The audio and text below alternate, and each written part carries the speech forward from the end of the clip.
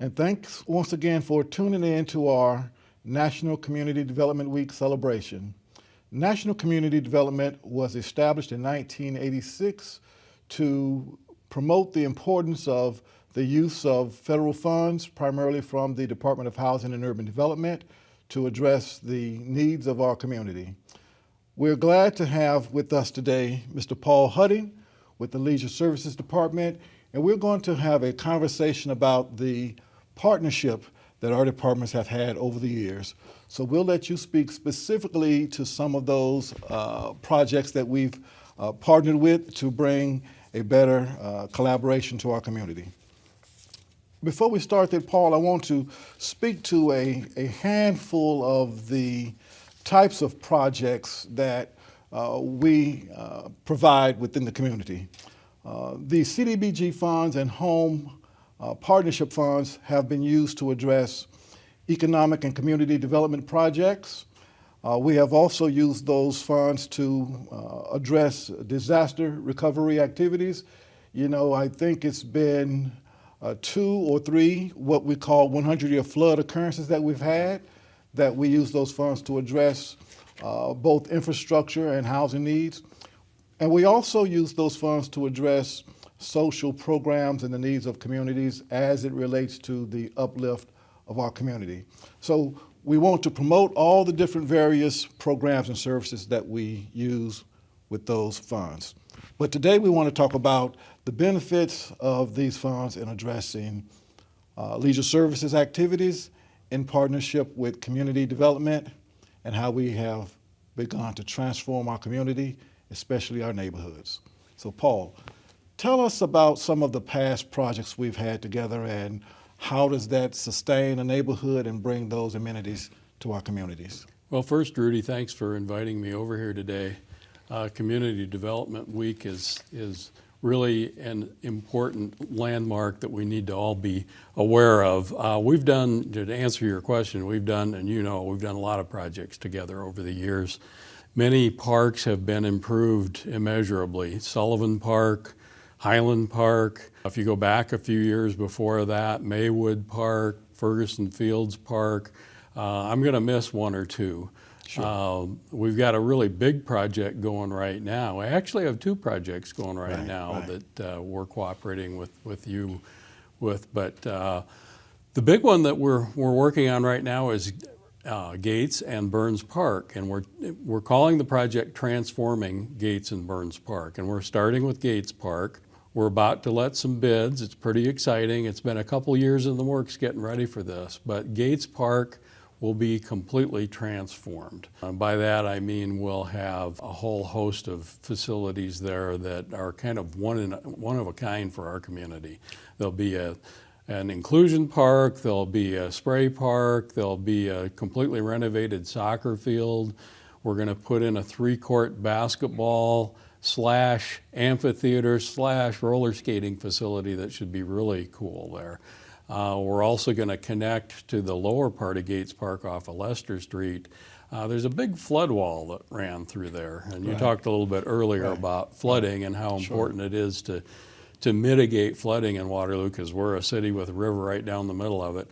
But there's a big flood wall that was put in there by our engineering department that the neighbors didn't really like too much. I mean, they should like the fact that it's protecting them, but it's kind of ugly and it goes right through the middle of one of our biggest and most popular parks. So that part on Lower Gates will be landscaping and some new parking, a new half-court basketball court, a pickleball court.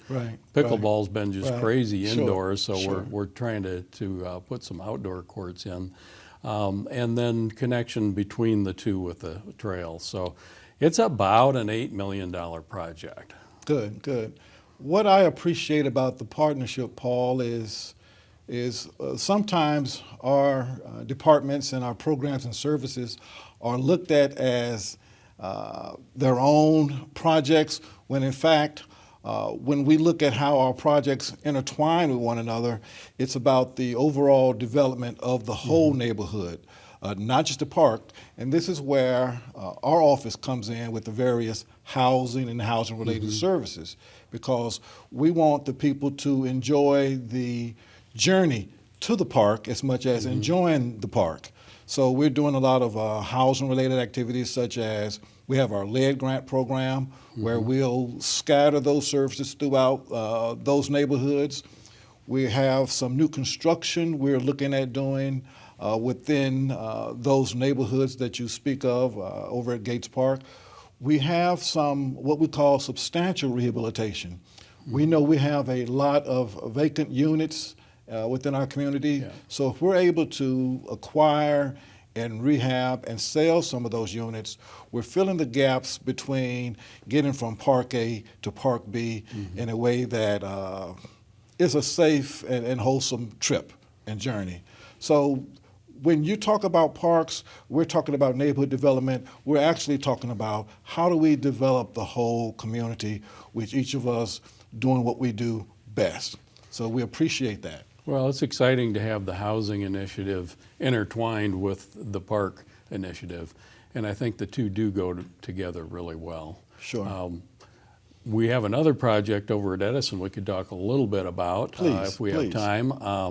Edison is a former school site, and I spent many years there as a child at Edison School. It was torn down, I think, in 2016, but that school ground served as a park for that neighborhood. And when that school was torn down and Fred Becker took the place of the school, it was across University Avenue, not an easy jaunt for the neighborhood kids. So we're excited to be putting a park back in a portion of that property, and there's also a housing component going in there as well. We'll have a nice neighborhood park with new play equipment, which is on order right now, thanks to some block grant funding that a certain department has helped us with. We do appreciate that. So there's a new playground going in there. There'll be a number of other facilities. Just we're starting from the ground up with a blank slate and putting a park in there. But the history of the old Edison Eagle Playground neighborhood park is strong, and I think the neighbors, we also worked with your neighborhood services staff, worked in depth with them over a number of years. This was not a quick, none of these projects are that quick, you know what? But when you see them starting to come to fruition, it really is gratifying. Sure. That's why both of us are gray now, Paul. But yes. We just turned gray. Right? Yeah, that's correct. That is going to be a great project as well. And you're right. None of these projects tend to happen right now. It takes a lot of planning, a lot of preparation, and takes a lot of making sure budgets work and try to minimize the shifting around of funds when at all possible. And sometimes we have projects that don't fit into our regular strategy in terms of how do we procure this, how do we go about addressing this. One of those projects was the Highland Park project. Let's talk about that one. I think that was a very good project as well. Highland Park was an interesting project, and it was a challenge for you and a challenge for me. I think we both agreed it was a well-needed facility in the Highland Park neighborhood. We didn't have a good playground in the area, and we were fortunate to have a call from Jed Smith at UNI. He's a trainer for the football team, and he said, these guys are looking for a project. I want you to come talk to them about doing a project, a community service project. So I had 4 or 5 different things I talked to him about, but when I talked to him about working with the neighborhood association and our staff and your staff and trying to get a new playground for this park that really didn't have one, they were excited and they were pumped. These guys came out, did a bang-up job on putting that together, but they not only built it, which they did, they also raised money for it. And that was one of the challenges, was the funding component from community development. I think initially there just wasn't enough funding available, but we were able to find this other funding to supplement, and we also got some community development funds in it, and it worked. It worked out, it was fun. And not just the funding component, because of how the project was being structured, there was also a different procurement kind of process. Typically, projects of that caliber require for us to go through the federal labor requirements, the Davis-Bacon wages, the the monitoring of that project, the paperwork. Because of caveats and other ways of addressing it, we were able to get the approval from our regional HUD office out of Omaha to use the students, the football players, as volunteer laborers to meet the construction piece. Now, we still had to hire out the manufacturer to help us with the guidance of the installation. But yes, Yeah, those guys didn't want to build it all on their own. They wanted a little coaching.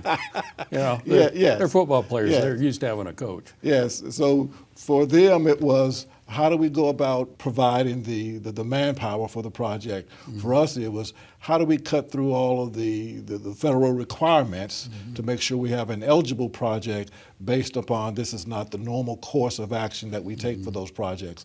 But I was super amazed by the way they got in. They were there, 2 days? 3 days tops? Yeah. They were in and they were out, and it was just a gorgeous facility in a much needed neighborhood. Yeah, and they had fun with it too. Sure. So yeah, it was a good project and very gratifying. Yeah, yeah. So all of this partnership leads to the fact that it's not just about the playground equipment. It's not just about the tennis court or the basketball courts or the pickleball courts, which are coming, but it's also about the ability to have built relationships when citizens and neighbors are able to get out because of the shelters, which was a new component that we started adding to our park projects over the past few years.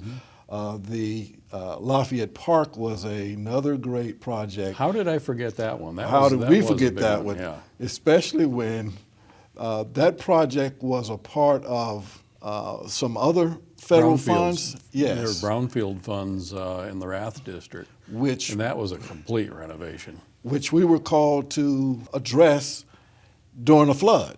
And so our conversation with our HUD officials out of Washington is, that's not our problem. Make it work.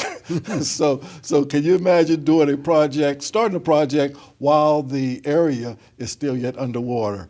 So we knew at some point the water was going to subside, so we began to figure out, we got the plans drawn up, and then we started kind of scheduling that out. And that park is another great partnership that we've had with you guys over the years. You even arranged to have a congressman come in a helicopter for the grand opening. Yes, That was really pretty cool. Yes. I'm not sure who you talked to about that. Hey, it's all about partnership. So we keep calling, we keep asking until we get somebody to say yes. Yeah. So yeah, that was a great project, and it was built from the ground up, complete renovation. Right, So yeah, that was an right. exciting one. Still a beautiful park today. Oh, and birthdays are celebrated there. National Night Out. The memory of lost friends are celebrated there. It's just it's more than just parks, and that's not to minimize the park concept, but it's so much more. It's so much more. And you've got things like a track around the park, and it's Yes. lighted, and people Yes. feel safe and they exercise. And, you know, I was walking that shortly after we were finally done, Right. and some neighbors were walking nearby, and I could hear what they were saying. They weren't really talking to me, but they said, "I can't believe that we have a park this nice." Oh, it is. You know, that makes you feel good. It is. It is. I was going home down Lafayette a couple days ago when the weather was warm, and it was literally starting to fill up. Every section of the park had their participation. The basketball court, the park where the kids do their thing. They were in the field. They were walking the track. They were getting busy out there. So yes. I noticed you didn't ask me when the golf courses are opening, but we'll leave that one alone. Soon. Well, yes, soon is good enough. I talked with a friend today, and they know I'm itching. And Of yes, course I am. you are. Yes. I was fortunate to get a season pass this year, so I'll take full advantage of all 3 of our golf courses this year as well. What else would you like to talk about? Well, we have other projects. Paul, I think we have hit the major ones, and Okay. we look forward to a continuing partnership throughout the coming years, and we're so thankful for the involvement of the other departments that help us with this. the neighborhood associations that are instrumental in communicating to us what their priorities are. So none of us are able to accomplish this in our own individual silos. It takes folks working together to keep moving our whole community forward. So Paul, we again thank you and thank your staff for helping us, not just with the parks, but also with some of our housing initiatives when we need a little tree trimmings, et cetera, et cetera. So It's a good partnership, and it's a great partnership. I'll let them know. We appreciate it. Thank you, sir. Thanks again. And thank you all for joining us. Continue to tune in as we'll have others to speak to what's making our Community Development Week great throughout the year. Thank you.